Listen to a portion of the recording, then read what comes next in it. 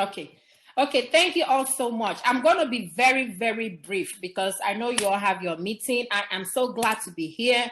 And as I said, we are moving forward. Thank you for inviting me, the host. I thank you so much. You have even explained so much, but I'm going to just go briefly so that people will know how we started, why we are where we are, and where we are going to. We are so close. First of all, NINAS is the Nigerian Indigenous Nationality Alliance for Self-Determination. That is what we're doing basically. We are claiming our territories. We are claiming our positions. We are claiming our land. So this is not about Fulani telling us what to do. This is us saying, we the people, we want what belongs to us, what rightfully belongs to us. We are not going to fight over it because it is ours. So we're not going to fight over it. So this is ours. So I just want you to brave your indulgence and give me just a few minutes to explain how it all started. I'm not going to go into too many details, but I'll just show you how everything started. First of all, in 1999, when the Constitution was written, in actual fact, that Constitution was not written. It was actually adopted through Decree 24. That was adopted in 1979 Constitution through Abdul Salam Decree 24, turned it into 1999, and made a mess of everybody. That 1999 Constitution is the problem, is the cause of what we are, where we are right now. And that is why NINAS decided that the first thing that we have to do before we think of anything else is to pull down that Constitution. So we said, you see, this 1999 Constitution must come down for us to go forward. And why do we want to do that? Because in this Constitution, there are 68 exclusive lists. All these 68 exclusive lists makes it impossible for a Yoruba man to generate the money that comes in Yoruba land to be used for Yoruba people. They made it so difficult. The Igbo man, the money that is generated in his own land to be used by his own people and for his own people. So this 68 exclusive list, if you go through it, you would say, God forbid, how did we even allow this to happen for so long? Guess what? The Port Authority in Lagos generate billions of dollars. They generate a lot of money. But guess what? Lagos State alone does not get back that money because this Constitution allows about 70% of what Lagos State makes to go to Kano State that generates 0%.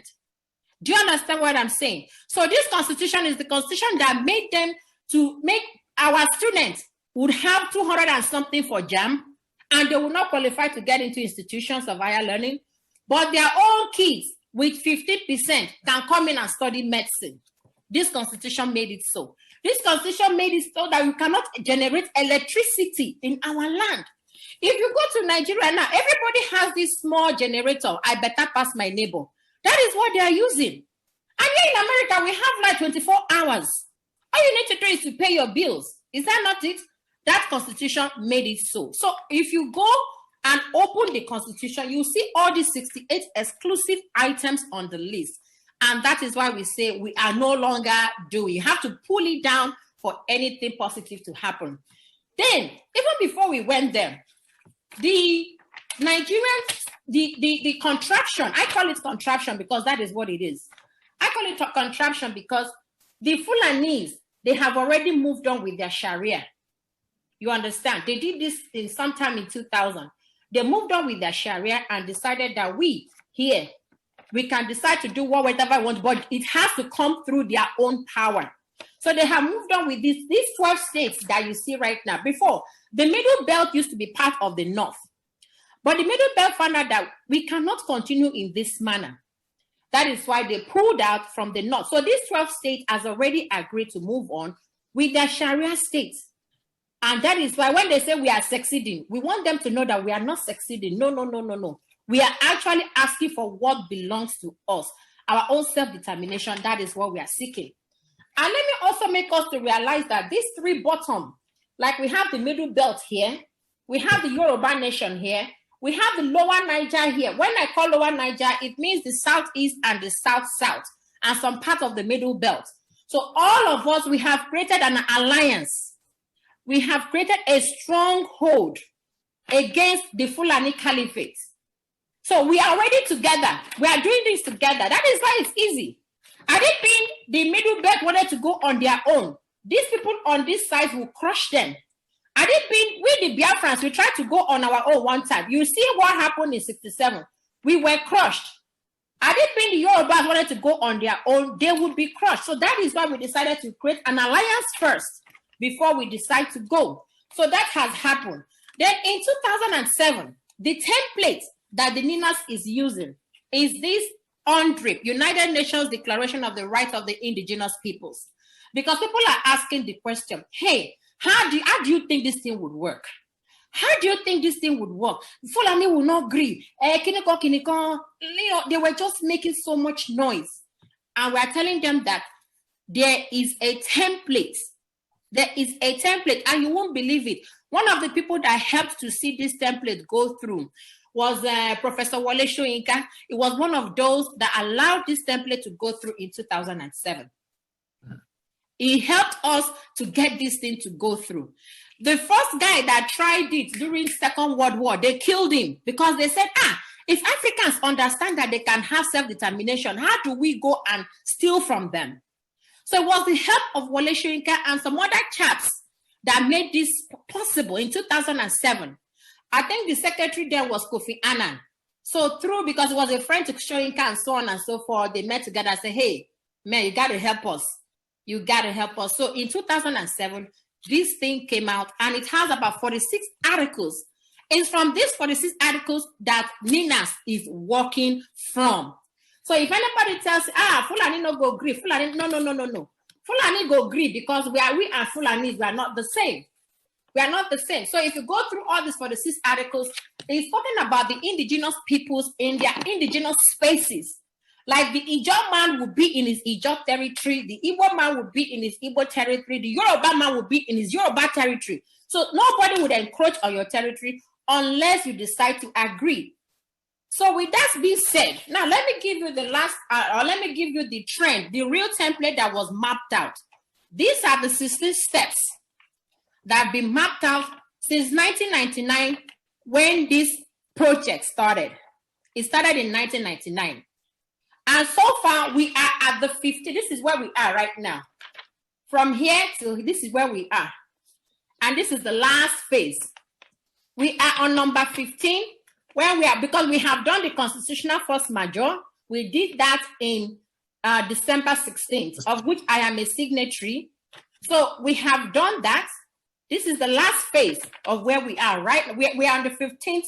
We are moving to the 15th. And we will now get to the 16th, and that will be the end. And when my brother was saying, we are so close, that's the truth. We are really, really close. So we are going to finish from here and go down to this last part of the entire phase. It has taken 21 years in making. You understand? And why we decided to go through this platform or go through this pathway is because we don't want any war. What will not benefit us? Yeah. We don't want anybody to die for no reason, especially when all those things belongs to you. So that is why we had to go through this path. And we are hoping that by the time we finish, we would end up like this. Imagine federations. The Yorubas will go as their Oduduwa nation or Yoruba nation. We at the lower Niger, we would go as our own nation. We can decide to even split further if we so wish. The middle belters will go. These ones, they've already gone because they came up with Sharia and they have already gone. And that is why you should not be afraid that, Fulani will kill you. No. Guess what? We have done the constitutional force majeure that makes it impossible for the Fulani to continue to kill you unless you want to die. There's no point. And now, on the 16th of December 2020, this is the constitutional force majeure that we did. We did this constitutional force majeure expressing our grievances to the nation. We're like, you know what? We can no longer do this. We can no longer be a part of this. We are no longer interested in becoming one. You have to answer the 5 demands. And these 5 demands were presented to the government. They gave the presidency 90 days to come around the 5 demands of the constitutional force majeure. The 90 days have come and gone. They also gave, from then, I think a March of 2021, 17th, another 30 days to the governors and the senators. Hey, go and, be part of the transitioning movement. Some of them are still drawing back. They're like, would this work? Would this not work? They are still, Baba, go slow. They don't want to move fast. And we're like, okay, don't worry. You just have to do what we needed to be done. But right now, starting from the 17th of April, we have given our people 120 days. 120 days is the power people. That's what it's called. Is the activation of the power people or power to the people. It has been activated already. And what do we need to do in that 120 days? As my brother rightly said, there have been campaigns on a weekly basis. There was an Ibadan campaign. There was an Oshobo campaign. Was it today or yesterday? Yeah. It was today, Abi. No, today. It was yesterday, sorry. There was a Oshobo campaign yesterday. And the campaigns would have to continue. And the reason why we are doing these campaigns and, the army or whatever, police, they are not attacking is because of the force majeure. They can no longer attack.